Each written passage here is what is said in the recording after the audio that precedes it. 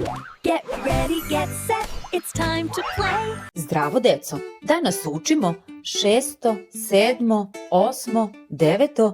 i 10. slovo azbuke. 6. slovo azbuke je slovo đ.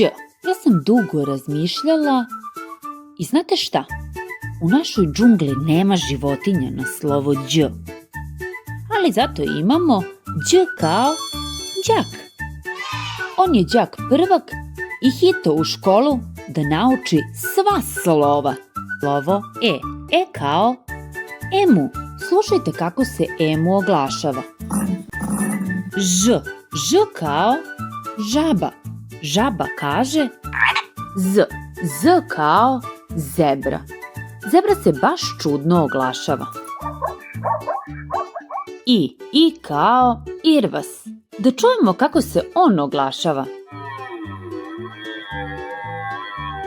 Danas smo naučili nova slova azbuke.